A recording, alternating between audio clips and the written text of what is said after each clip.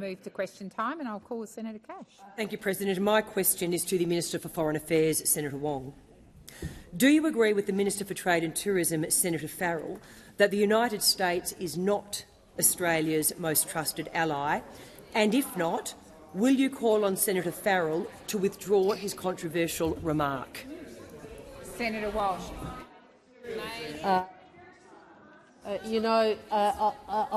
welcome the question from the acting leader for the opposition. I would note that demonstrates yet again why those opposite are not fit for government, that they are not interested in the major geostrategic challenges of the day, they're not interested in cost of living, and they want to continue to focus on an issue which Senator Farrell has responded to. I think we all know that the Kiwis are family. We all know that. Everyone also knows the United States is our closest ally and our principal strategic partner. And generally under both parties of government, there has been a bipartisan support for the ANZUS alliance, for the US alliance. Minister Wong, please resume your seat. Senator Farrell. Point of order, President. I can't hear the minister's response. Thank you, Senator Farrell. I have been calling the chamber to order. Thank you, Senator McKenzie. Please continue, Senator Wong. I have been in this portfolio and in the shadow trade portfolio previously, and I have seen on both sides of politics bipartisan support for the US alliance, a contribution from both sides of politics to ensuring it continues to be deep and strong and modern, and that Australians continue to gain the benefit of that relationship with our principal strategic partner. But on a range of fronts this week, what we have seen is this opposition seeking to play partisan politics with the US alliance, which I think demonstrates yet again that under the wrecking ball that is Mr Dutton, they are prepared recklessly to politicise anything, recklessly to fight about anything, regardless of whether or not it's good for the country. They're not fit for government. Thank you, Minister. Senator Cash, first supplementary. Thank you. And how do Senator Farrell's remarks help to secure the transfer of knowledge and technology from the United States that the AUKUS partnership depends upon? Thank you, Senator Cash. Minister Wong. And again, what I would say to Senator Cash, maybe she should be winding back some of the people on her side who are trying to undermine our engagement with the United States, including in ensuring that the Congress passes legislation to give effect to AUKUS. There are some things that should be above politics. Minister Wong. Senator Wong, please resume your seat. Senator Cash. Point of order in relation to relevance. The question goes to Senator Farrell's remarks as a government minister, not anybody in the opposition. You are in government. Order across the chamber. You also went to the AUKUS arrangements, which Senator Wong was speaking about, so I believe she is being relevant to the question. You talk about AUKUS, you put AUKUS on the table, and then you get annoyed when I defend it. I mean, it's extraordinary. It's extraordinary. Order. We are doing the work on this side of the chamber, and in Washington, and in the United Kingdom, in order to ensure that we assure a capability and a relationship that, in the context of a relationship which is so important for Australia's security. And what we have across the chamber is a party led by a wrecking ball who is prepared to politicise. I'm speaking of Mr Dutton, not you, Senator Cash. Thank you, Senator Wong. The time for answering has expired. Senator Cash, second supplementary. Thank you. And Minister, you often said that, and I quote, "In diplomacy, words matter." Do you still believe that in diplomacy, words such as the one that Senator Farrell used on Monday and has refused to withdraw matter? And if you do, then why won't you act? Thank you, Senator Cash. Order. I'm not calling the minister until there's order. Order. Minister Wong. The Shadow Minister might want to recall those famous words, "I don't think I know," when she reminds us about diplomacy. But what I would say to the senator, we know you are confecting an argument where there is none. We know that for the third day now, you are confecting an argument where you know that the Kiwis are a family, and you know that the commitment to the US alliance is unshakable on this side. But you are deliberately seeking to confect outrage at a time where we are hosting the UK Foreign Secretary and Foreign Secretary and Defence Secretary, because we are serious about making sure that we deliver AUKUS, we deliver the technology transfer, we deliver a sovereign capability, and we will ensure we do all we can to assure Australia's security in these times. Thank you, Minister Wong. Senator Hughes, I'm going to ask you to withdraw those comments. Thank you. Senator Marielle Smith. Thank you, President. My question is to the Minister representing the Treasurer, Minister Gallagher. Cost of living relief has been the Albanese Labor government's #1 policy focus since coming to office, because Australians are doing it tough. Today, the latest labour force figures were released, which showed that the number of Australian jobs increased in February. Can the Minister please update the Senate on these figures and what they tell us about the current state of our economy? Thank you, Senator Smith. Minister Gallagher. Thank you, President. I thank Senator Smith for her question and again for focusing on cost of living and on jobs for the Australian people. I do note the fact that we're not getting any questions on either of those subjects from those opposite.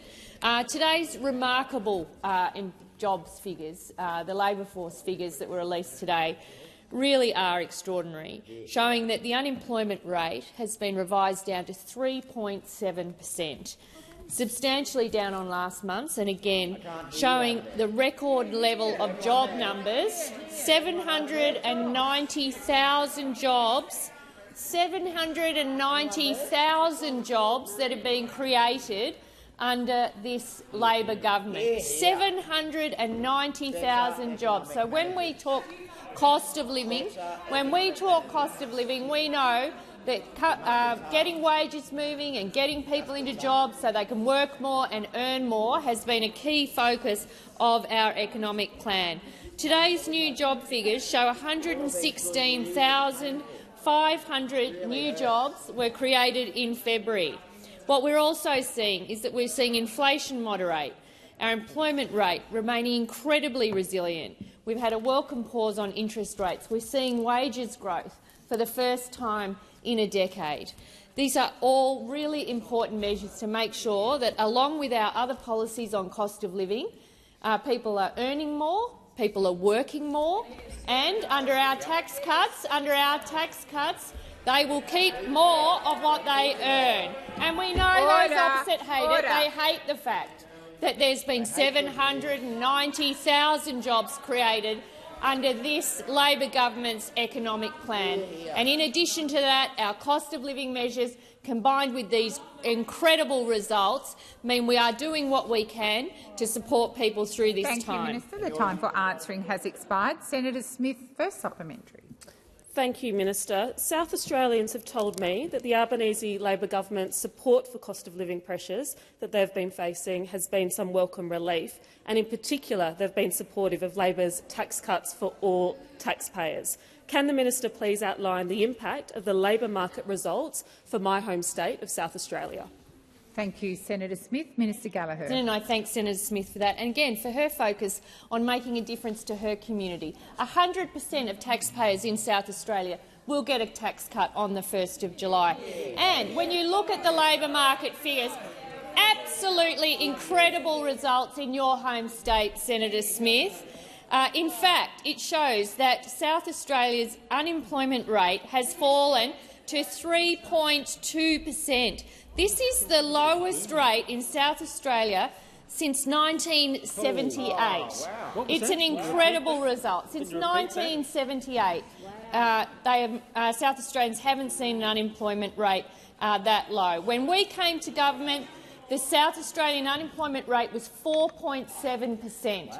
When we look at the average unemployment rate under the Labor government, 3.7%. Since we came to government, it was 5.6% under the coalition government. We're better on wages, we're better on jobs and we're better on cost of living relief. Senator Marielle Smith, second supplementary. Thank you, President. Minister, the policies you have outlined demonstrate the significant work on cost of living that the government has been undertaking since the election. We know the next federal budget is in May. How will the government continue to provide cost of living relief in this budget? Thank you, Senator Smith. Minister Gallagher. Thank you, and I thank Senator Smith for that question. Well, as I said in my previous answer, the centrepiece of our cost of living relief and assistance in the budget will be the tax cuts, where 100% of Australian taxpayers will get a tax cut from the 1st of July, and the overwhelming number of them will get a bigger tax cut than they would have got under the former plan. But we know there is more work to do. We know people are still feeling the pressure of that high rates of inflation that is moderating, and that is welcome. And our strategy will continue to focus on that, providing relief where we can, where it's affordable and it won't add to inflation, repairing the budget, and, of course, making investments where we can in the economic growth of the country, the future economic growth of this country. And we know under the opposition, who have nothing but negativity, we know inflation would have stayed higher, wages would have stayed lower, and there would be more debt that the Australian government would be managing. So our economic plan is working, President. Thank you, Minister. Senator McKenzie. Thank you. My question is to the Minister representing the Minister for Climate Change and Energy, Senator Wong. Overnight, the Biden administration in the US has significantly watered down their fuel efficiency standards and backed away from aggressive EV targets. Instead of requiring 2/3 of car sales to be electric by 2030, it's understood the new rules reportedly set the target as low as 35% EV sales by 2032. Labor's proposed family car tax has set a much more aggressive rate of emission reductions than the American scheme. Will the government admit it's got its proposal wrong and commit to changes that will not increase the cost of buying cars for Australians? Thank you, Senator McKenzie. Minister Wong. Thank you, President. I thank the senator for her question, and I would say, take the opportunity to point out, because I understand this has been a subject of some questioning in the time I haven't been able to be here, that obviously Australia lags the US and most other developed countries when it comes to vehicle emission standards. And I'm sure that the senator would be aware that it is important for us to join the rest of the world and comparable economies in terms of vehicle efficiency standards. I note that we have had a consultation process. I understand that the ministers are working closely with industry to integrate sensible suggestions into the legislation. We have obviously taken note of changes made to the US standards which were announced this week. These are one of the matters that the government will be considering as we finalise the policy. I'm sure that the Minister for Transport and the Minister for Climate Change and Energy will be happy to consider sensible suggestions to ensure the policy does what it is intended to do, and that is to give Australians more choice of vehicles that cost less to drive, more choice for vehicles that cost less to charge. So, and I'll take the interjection from the senator is interesting, because it seems to suggest that putting in place something analogous or similar to what other developed countries has will somehow cause the sky to fall in. Will somehow cause the sky to fall in. And I'm reminded of the long history of hyperbole on that side when it comes to climate policy. We remember, don't we, the Whyalla wipeout and the $100 roasts. I mean, Barnaby Joyce has certainly ensured that members of the National Party and parts of the Liberal Party certainly exaggerate. Thank you, Minister. But the time for answering has sensible. expired. Senator McKenzie, first supplementary. Labor's proposed family car tax is more punitive than the US, as it applies to a larger range of utes and commercial vehicles. It will force an annual emissions reduction rate nearly 8 times higher than has been the case in the United States, and it gives Australian consumers and auto dealers less time to adapt. Today the US has backed down from its scheme. Why is the government punishing Australians for their car choices in the middle of a cost-of-living crisis? Thank you, Senator McKenzie. Minister Wong. I'm interested that the only reference to cost of living is a political flourish at the end of a question about something else, but we've had so few cost of living questions from those on the other side. They're much more interested in having a whole range of abstract or confected political arguments and actually talking about cost of living. But I again would say to the senator, we have had a consultation process. Our goal remains to provide a choice of cleaner, cheaper to run cars for all Australians who want them. We want Australians to have more choice in new cars, not less choice, and to pay less for fuel. Now, there's a lot of misinformation that's been perpetuated by those opposite, which is unsurprising. Because what we do know is even those on that side who over the years have taken a more sensible position on this issue, and I'm happy to come back and quote some of those on the opposition benches who've had a more sensible position, have been shouted down by Senator Canavan and Senator Mackenzie. Thank you, Minister. Senator Mackenzie, second supplementary. Thank you. According to reports, the Biden administration has changed its tune and is now embracing hybrids to help reduce vehicle carbon emissions. Under Labor's proposed family car tax, popular hybrids like the Toyota RAV4 would be punished with penalties of up to $4,800 and even the hybrid Corolla by over $5,000. Why won't the government recognise the role that hybrids play in reducing emissions here in Australia rather than increasing their cost under the proposed emission standards? Thank you, Senator Mackenzie. Minister Wong. Well, I know that Senator Mackenzie really can't wait, hasn't waited for the government to actually make a final decision on this before running on a fear campaign, a scare campaign about particular cars. And I again remind her that she's asking questions of reports from of US action in an economy that has had these sorts of standards for how many decades?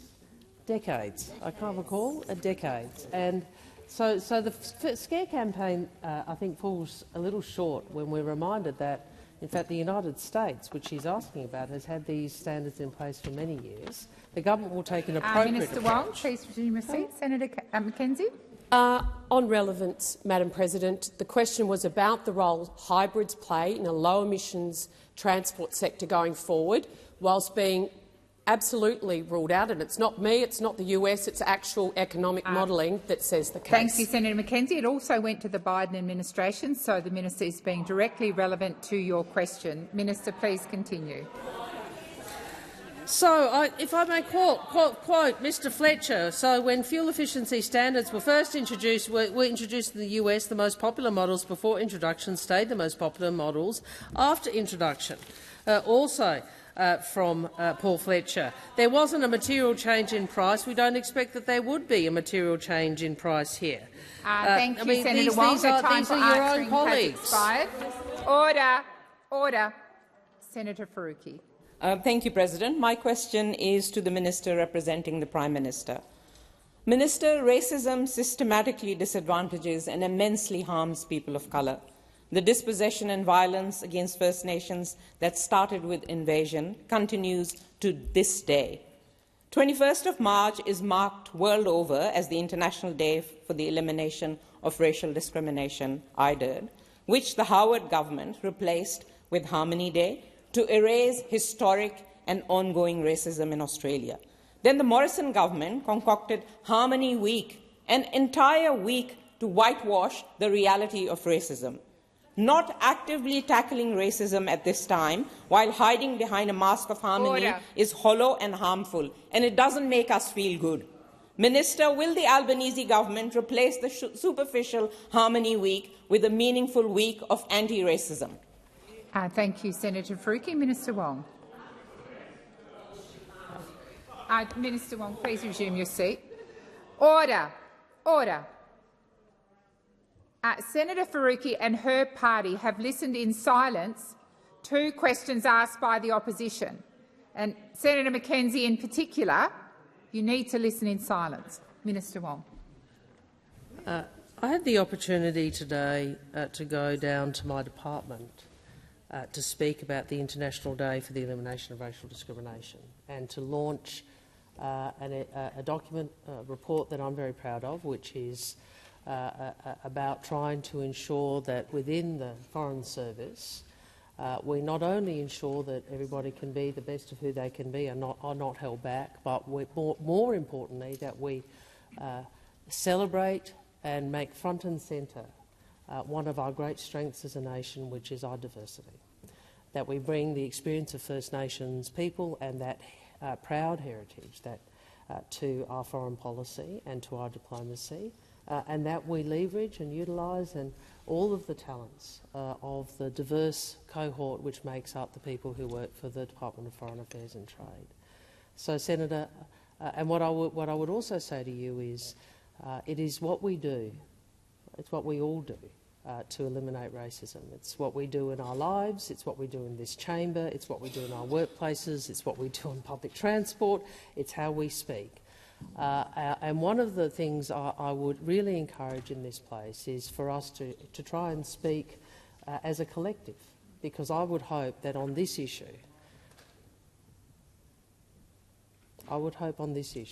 we actually share values.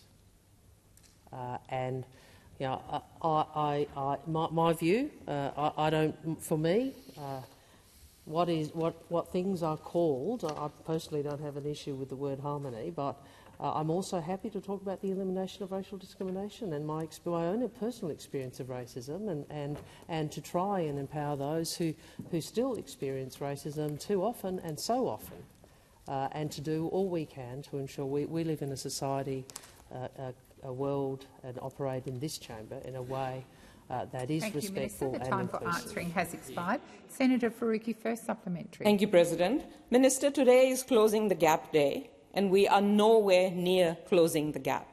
Last week marked 5 years since the Christchurch mosque massacre by an Australian white supremacist, yet we don't even have a national anti-racism strategy yet.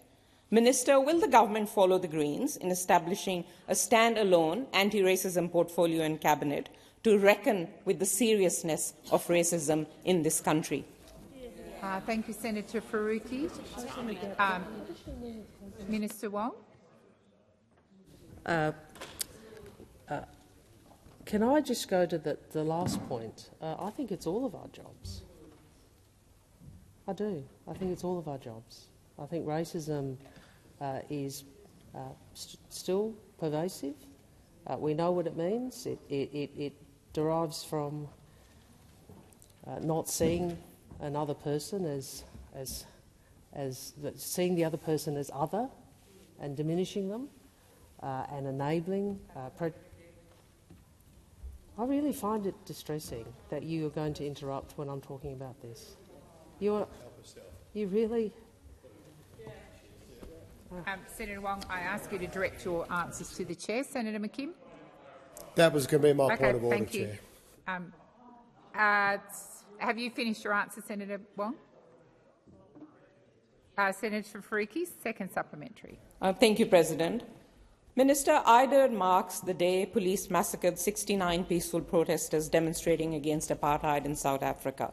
Australian governments were shameful supporters of white apartheid South Australia until Labor Prime Minister Whitlam took action.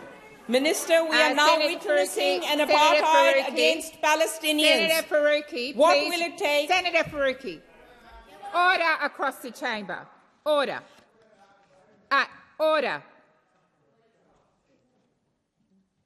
Senator Faruqi, I should not have had to ask you 3 times to resume your seat, but the interjections, particularly from my left side, were disgraceful.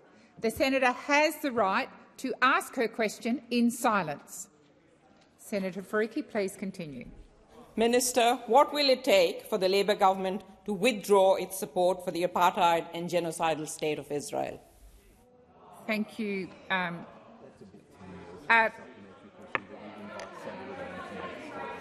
Order. Order. Senator Faruqi, as I'm sure you're aware, that is a long bow to draw, and it's really up to the minister whether she answers that second supplementary or not, but I'm going to invite her to respond. Thank you. Minister, please resume your seat. There will be silence in this chamber. Minister Wong, please continue. First, the senator would know we have been very clear about our call for an international humanitarian ceasefire, and of the importance of international humanitarian law. The senator, I am also disappointed that if the question begins with a discussion of racial discrimination, that you would go to as political an issue as that. But that's your choice. The third thing I would say... Excuse me. Order. Excuse me. Senator Wong, please resume your seat. I have asked for respectful silence. That is what I expect. Minister Wong, please continue. Third point is this. We have a responsibility in this chamber to model how our democracy should operate, including where we hold very deeply felt different views, because what brings us together as Australians matters more than that difference. And I want to place on record my disappointment at the way in which some of the very, frankly, abusive and extreme things we have seen are being condoned by some in this chamber. The time for answering has expired. Senator Ciccone. Thank you very much, President. President, my question is to the Minister for Foreign Affairs, Senator Wong. Over the last month, we've had a number of visits from foreign ministers and world leaders, particularly from China to New Zealand, United Kingdom and Southeast Asian nations. Minister, how do each of these incoming visits benefit Australia, and in particular how the ASEAN-Australia Special Summit in Melbourne earlier this month will help boost economic opportunities for Australians and build peace and prosperity in our region? Thank you, Minister Wong. Thank you, President. Can I thank the senator for his question and say that Australians expect and deserve a government that advances the nation's interests in a mature and serious way, and we've been very pleased to welcome a great number of high-level international visitors this year, including the Prime Minister and Foreign Minister of Papua New Guinea, New Zealand's newly appointed Foreign and Defence Ministers, 17 international ministers and a head of state at the Indian Ocean Conference in Perth, China's Foreign Minister yesterday, and today and tomorrow the British Foreign and Defence Secretary. And of course, earlier this month, Australia hosted a dozen world leaders from ASEAN and Timor-Leste at the Special Summit in Melbourne. Each visit is an opportunity to advance a more peaceful, stable and prosperous world, one in which we operate by rules, standards and norms, and where each country's sovereignty is respected and each country can pursue its own aspirations. The ASEAN Special Summit commemorated 50 years since Australia became ASEAN's first dialogue partner, another prescient decision by Labor Prime Minister Gough Whitlam. We agreed with ASEAN leaders a vision statement and a Melbourne declaration setting out practical cooperation and shared aspirations for the future, and there was a lot of discussion about how we boost economic engagement, accelerate the clean energy transition and increase maritime cooperation. Colleagues, Southeast Asia will be the world's fourth largest market after the United States, China and India by 2040. After the neglect of the previous government, the Albanese government is re-engaging with Southeast Asia. We've launched Invested, Southeast Asia's economic strategy to 2040. I thank Nicholas Moore for his work. We are creating opportunities for businesses and jobs, Australian businesses and jobs to grow. We've announced a $2 billion investment financing facility to boost investment in Southeast Asia, more trade, more jobs, more business for Australians and a stronger region. Senator Ciccone, first supplementary. Thanks a lot. And Minister, yesterday you met with China's Foreign Minister for the 7th Australia-China Foreign and Strategic Dialogue. Could you please inform the Senate why dialogue and engagement are at the heart of the growing relationship between Australia and the People's Republic of China? Minister Wong. Thank you, Senator Ciccone. Our relationship with China is important and it is consequential. And a stable relationship between us doesn't just happen. It needs work, ongoing work, to advance our interests and to manage our differences. I was pleased to welcome Foreign Minister Wang Yi to Australia, the most senior visitor from China since 2017. We agreed to continue our constructive engagements on a range of issues including education, defence and trade, and to expand climate and energy cooperation. I welcome the progress of the removal of trade impediments and reiterated our desire for the removal of remaining impediments. I reiterated Australia's shock at the sentencing of Dr Young Jun and a range of other concerns, including the human rights of Uyghurs, Tibetans and other minorities across China. I also expressed our deep concerns that Hong Kong's new legislation will further erode rights and freedoms with potential impacts on individuals in Australia. Australians expect their government to pursue a mature and productive relationship in both countries' interests, and the Prime Minister looks forward to welcoming— Senator Giacone, second supplementary. Thanks a lot, President. And with the UK's Foreign Secretary Lord Cameron and Defence Secretary Shapps in Parliament House today, I understand they will then be travelling to Adelaide tomorrow. What does the Minister hope to discuss with her UK counterpart during this visit? Minister Wong. I'm very much looking forward to welcoming Secretaries Cameron and Shapps to my hometown of Adelaide. Adelaide will play a key role in building the AUKUS fleet. It's set to create more than 8,000 jobs, and the Deputy Prime Minister and I will be showing them what South Australian shipbuilders can do. I'll be meeting with Foreign Secretary Cameron shortly, and we will sign 2 memorandums of understanding. One MOU will see Australia and the United Kingdom cooperate more closely when we respond to crises and major incidents. Recently, in Ukraine, in Sudan and the Middle East, Australia and the United Kingdom have worked together on the ground, and we want to build on this great work. The second MOU will focus on how we can work together to strengthen our shared efforts to help end gender-based violence, including in Southeast Asia and the Pacific. In our region and beyond, with traditional partners and new partners, the Albanese government is advancing Australia's interests. Thank you, Minister. Senator Thorpe. Thank you, President. My question is for the Minister representing the Minister for Defence, Minister Wong. The Naval Nuclear Safety Bill currently before the Senate allows Australia to take on radioactive waste from the US and UK through the AUKUS deal, including high-level and military-grade radioactive waste. After many decades of nuclear submarines, the US and UK still have no solution to their nuclear waste. Is it the government's intention to use this power under the bill to take on foreign nuclear waste? Thank you, Senator Thorpe. Minister Wong.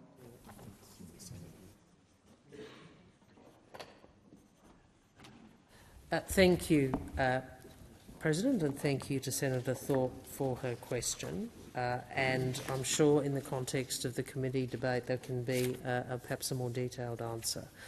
But what I would say is this.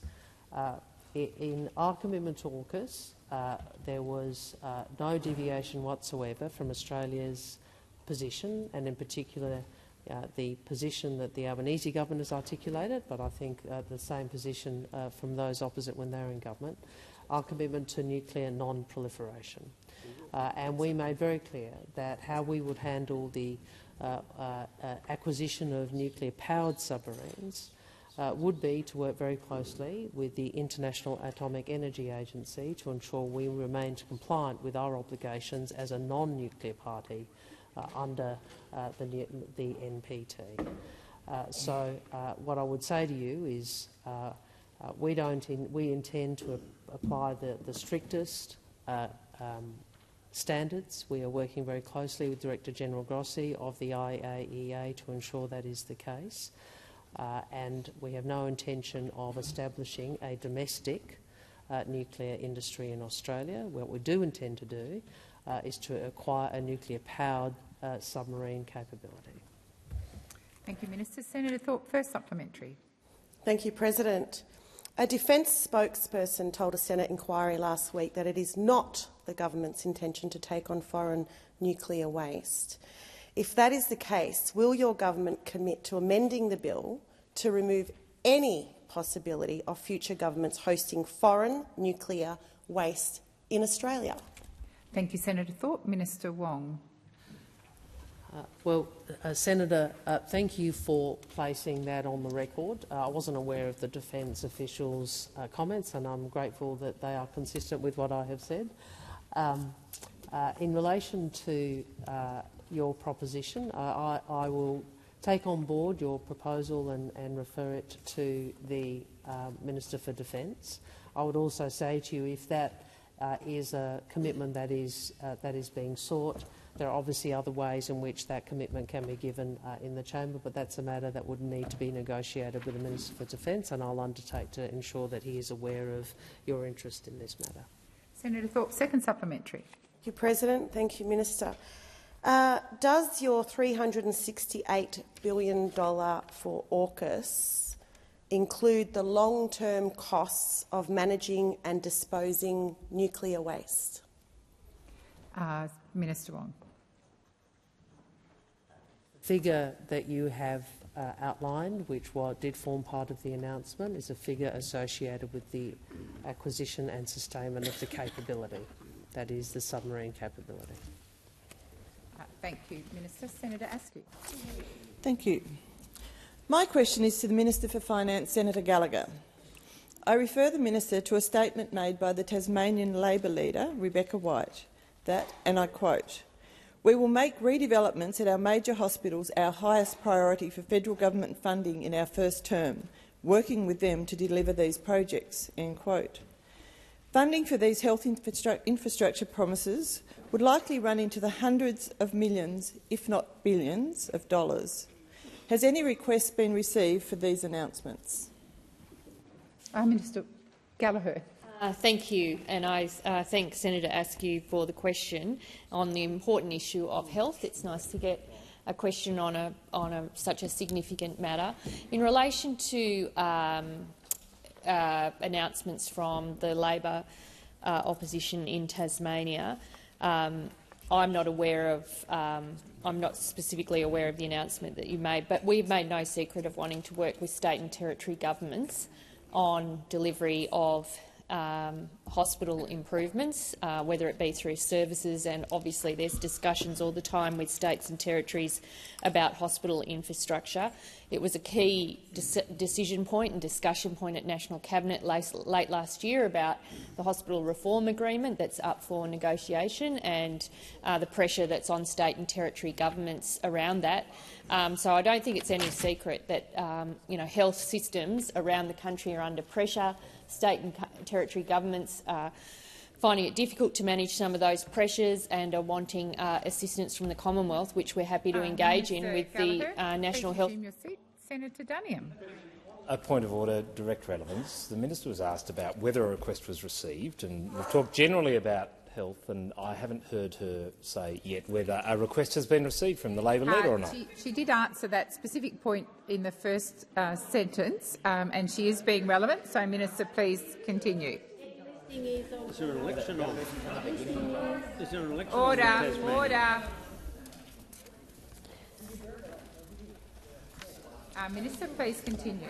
Thank you. And the Albanese government looks forward to working with the government of Tasmania, pending the outcomes of the election that's underway, when that occurs. And we will work together on health. We will work together on health infrastructure. We will work together on Medicare urgent care clinics. We will work together on workforce, which has been an issue in Tasmania, access to specialists, particularly access to primary care, to GPs, to new models of care. These are all things that the Minister for Health will work with whoever is the Health Minister. If there are particular policies that have been made by either side through the election campaign, the Commonwealth remains open and prepared to engage on all of those matters should they improve health service delivery in Tasmania. Thank you, Minister. Senator Askew, first supplementary. Thank you. So that sounds like a no. So given that you have not specified a date on which any such request has been received, is it the case that no request has been made? Thank you, Senator Askew. Minister Gallagher. Thank you. Well, we have discussions, as I said, with the opposition and government of Tasmania about pressing priorities. I've had discussions with Ms White. I've certainly had them around health. When I've had the opportunity to meet with her, I know the Health Minister works across the parliament in Tasmania about that. and I would think it's highly unusual that a Labor leader in any state, territory or federal jurisdiction would not go to the people of their state with a comprehensive policy around health, around hospital infrastructure and about improving services. We know they've been under pressure in Tasmania. And I think, from what I've seen of the campaign, health is a critical issue, and I don't think it's any surprise that commitments are being made about that, and the Commonwealth remains open and prepared to engage once the people of Tasmania have had their say. Thank you, Minister. Senator Askew's second supplementary. Thank you. Can you detail any aspect of the Tasmanian Labor's health promises that the Albanese Labor government has agreed to fund? Minister Gallagher. Thank you. Well, as I said in my previous answers, we will work with the government of the day in Tasmania to continue to improve access to health services for the people of Tasmania. It is not unusual for parties to go through election campaigns and make commitments, and when those commitments are endorsed and governments are elected, the Commonwealth will work with them. And it is, of course, in stark contrast to what happened when the Coalition was in power, when it went around cutting the hospital agreement, when they cut $50 billion under Peter Dutton's leadership. They cut money out. I was a territory leader then, and I remember what happened. We are prepared to invest. We are prepared to work with the Labor Party if they win government in Tasmania, just as we will be if the current government remains in place. Health services are an important issue for any election campaign, and we look forward to working with either party pending the outcome. Thank you, Minister. Senator Roberts. Thank you, President. My question is to the Minister representing the Minister for Immigration, Senator Watt.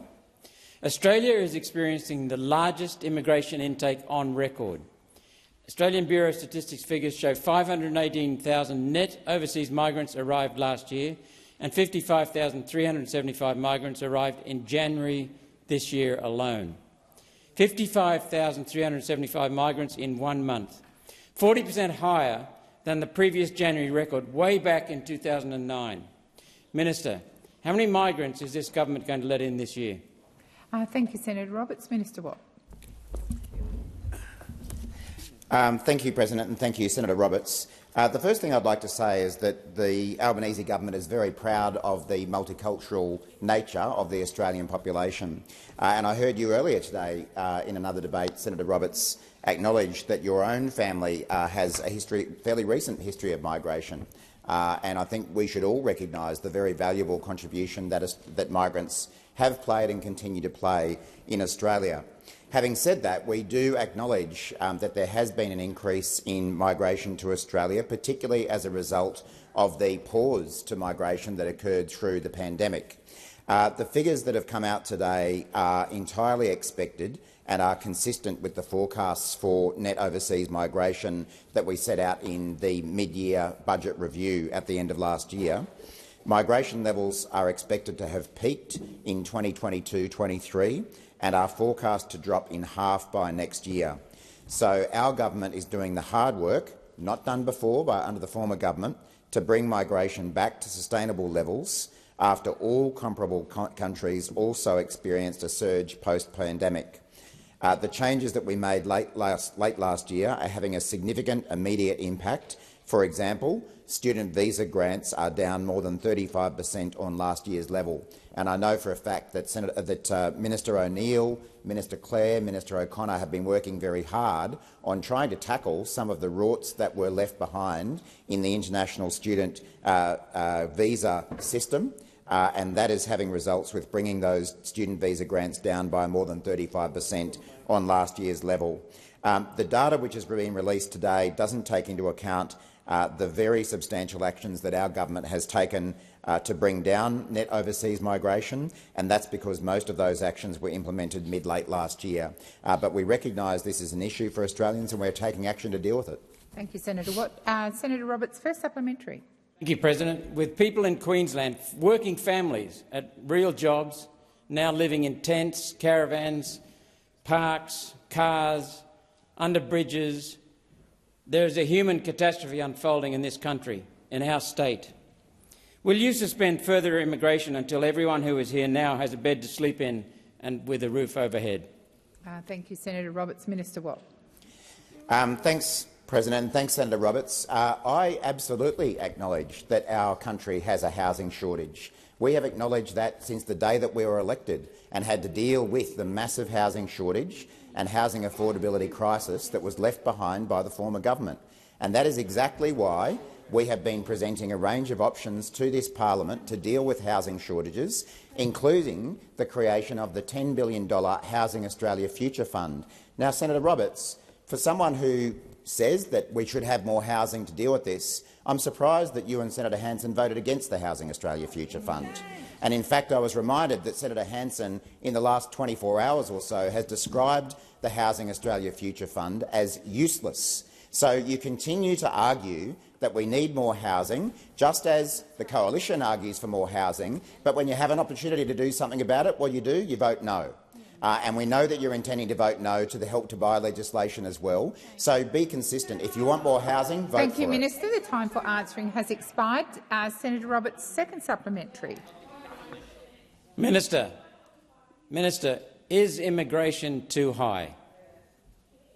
Thank you, Senator Roberts. Minister Watt.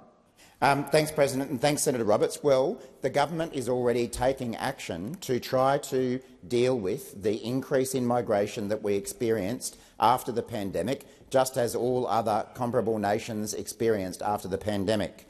That's why we've made changes to student visa grants, down by more than 35% on last year's level, the settings that were left behind by the former government.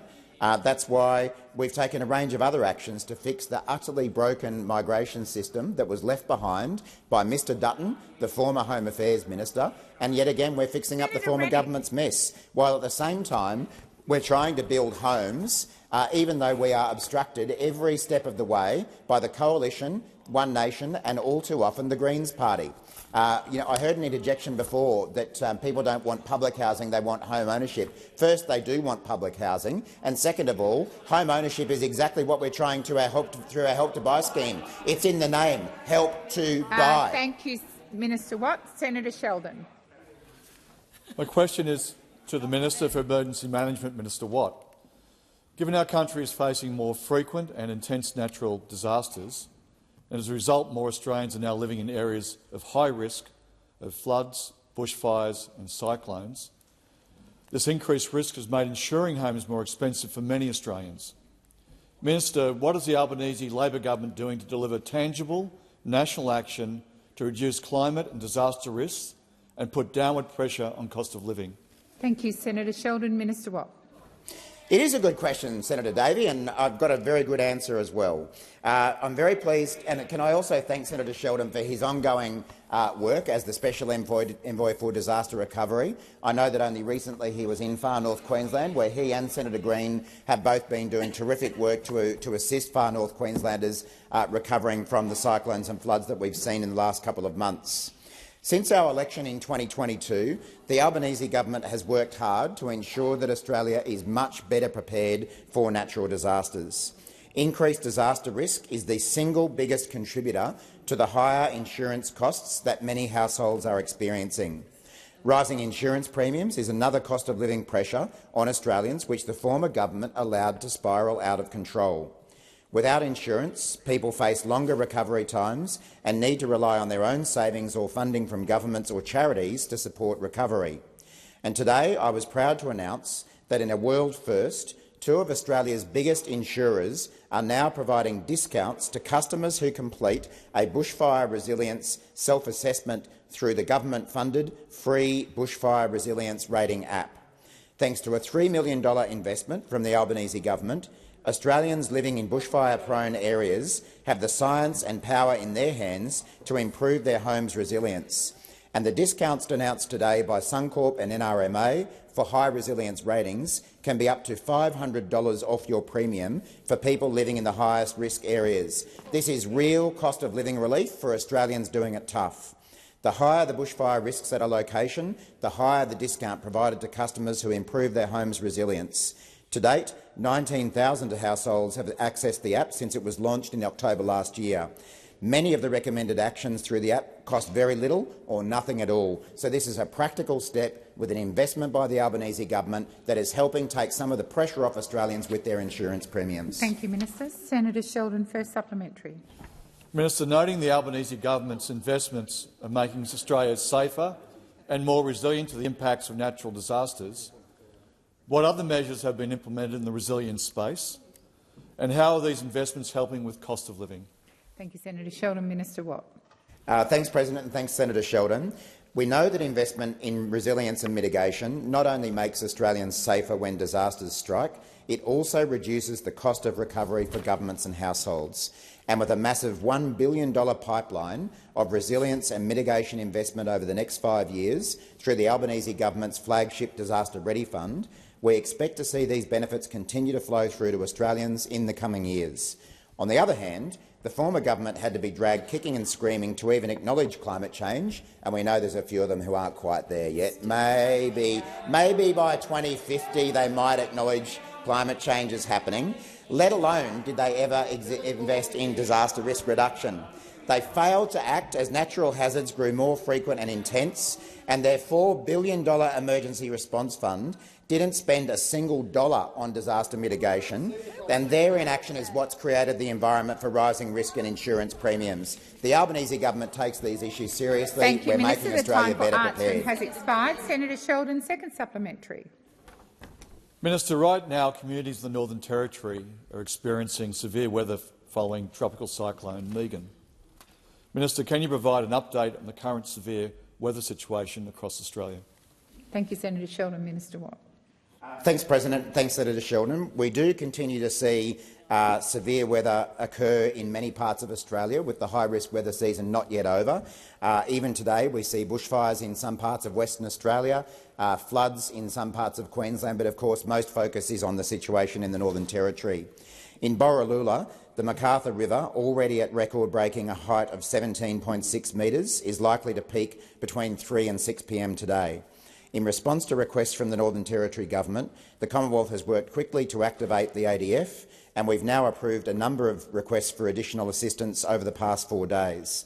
Around 200 vulnerable community members have been evacuated from Borroloola to Darwin in the past 24 hours, with planning underway for possible evacuations at Timber Creek, Lajamanu, Kalkarinji and Pigeonhole.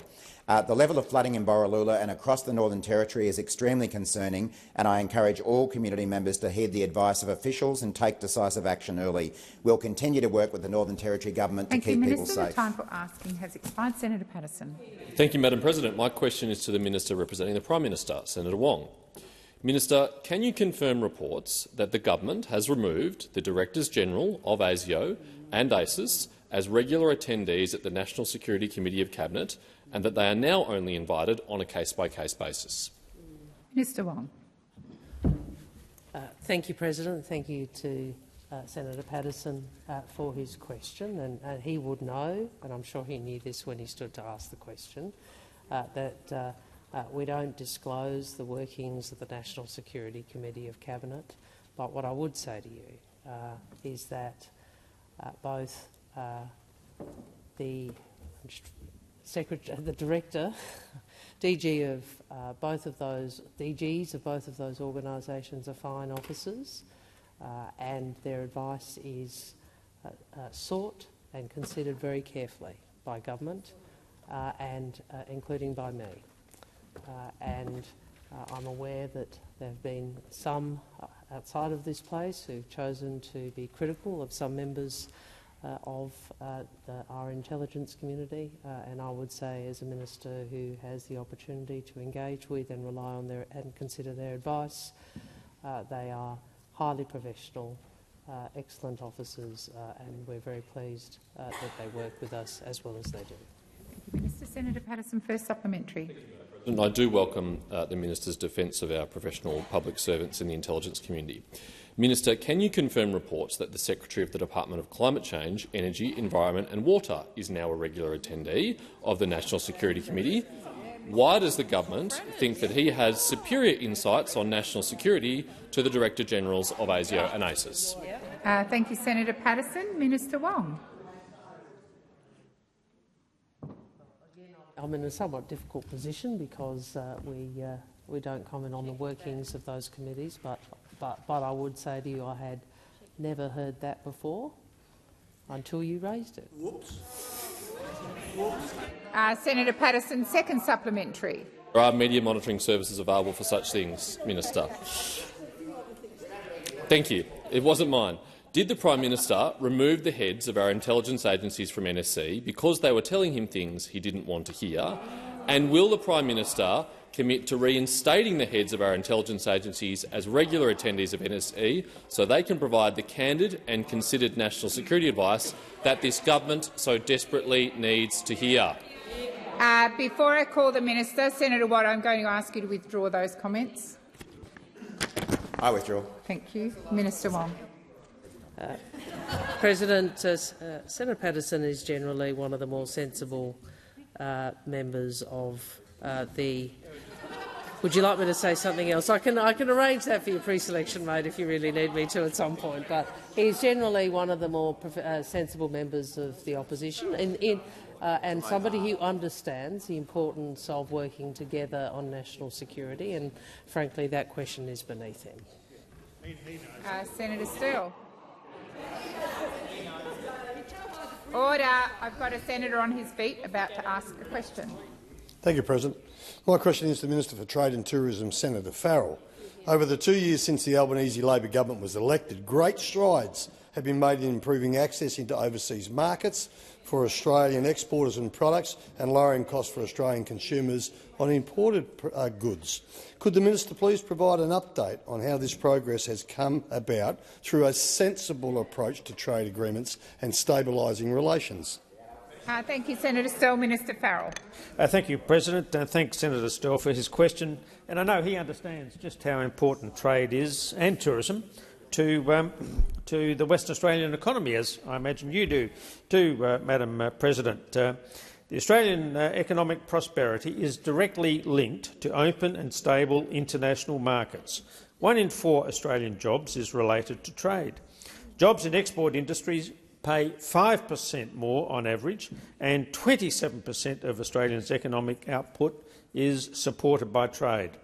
Under the Albanese Labor government, Australia has been recording remarkable trade surpluses, which means exports are rising faster than imports. For example, in January 24, the trade surplus on goods was $11 billion. $11 billion. $11 billion. In particular, exports. Exports from Senator Steele's great state of Western Australia have benefited significantly from this government's steady hand on the trade tiller.